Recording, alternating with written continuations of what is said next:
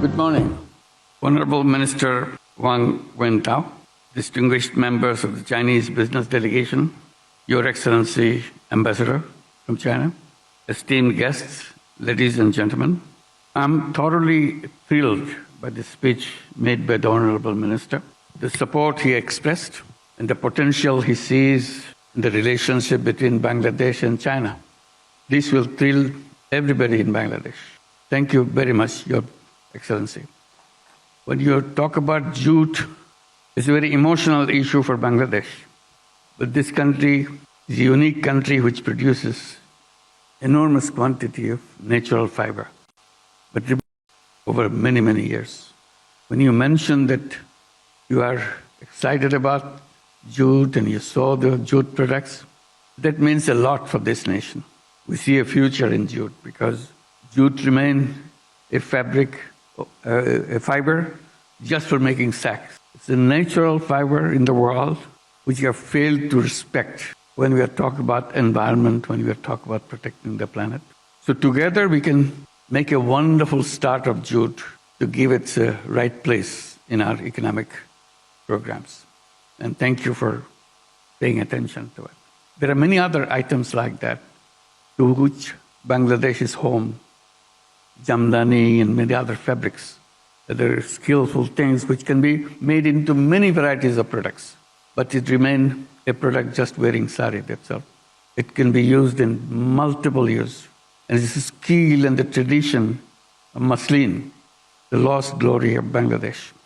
So personally, I'm very grateful to you for bringing this up. Usually in business conferences, we talk about bigger things than lost things. I admire you very much for seeing that.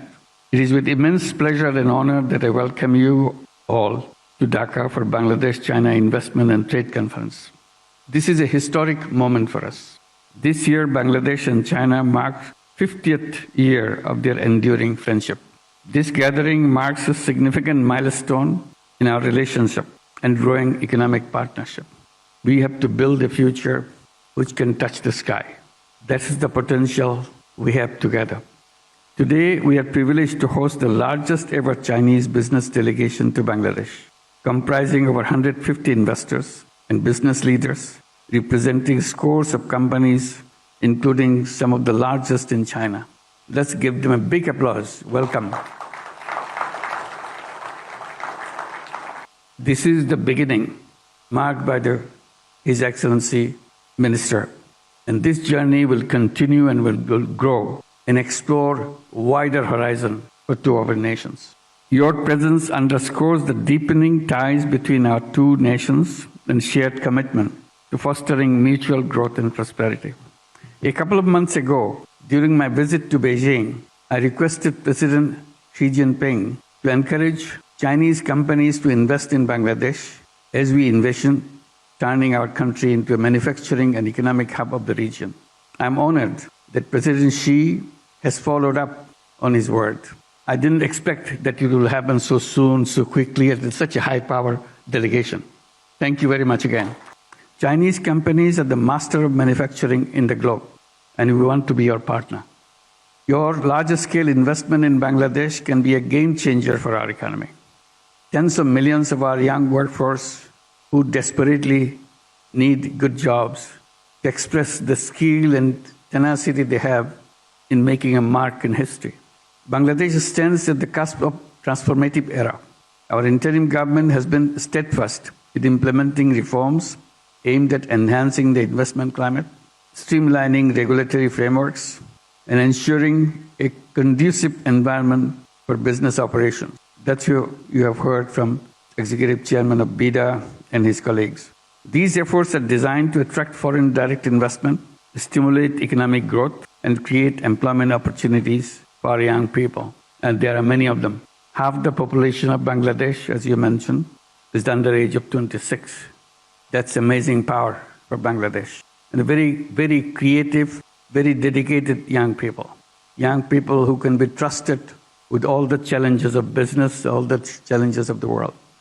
10 months ago, into the interim government, already these reforms have started bearing fruits. In April, we have hosted a successful Bangladesh Business Summit Companies from all over the world attended the 5-day get-together. And again, today, the biggest business delegation comes from China. During the summit, the one we had before, during the summit, a top Chinese textile plant alone announced investment of $100 million in spinning. For many years, Bangladesh has been touted as a strategic location at the heart of South Asia. Our dynamic workforce, which positions Bangladesh as an ideal destination for investment. Yet, for decades, we have failed to attract foreign direct investment. Scores of economic zones were developed, but they remain empty, in many cases being used for cattle grazing. Widespread corruption, misrule, and brutal dictatorship drove away potential investors.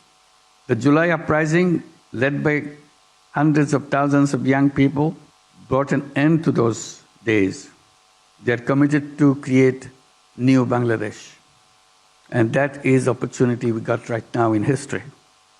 So please be part of our history. Make a history for this nation with us. The interim government, which took over after the uprising, has restructured the Bangladeshi Investment Development Authority, BIDA, as an agency which means business.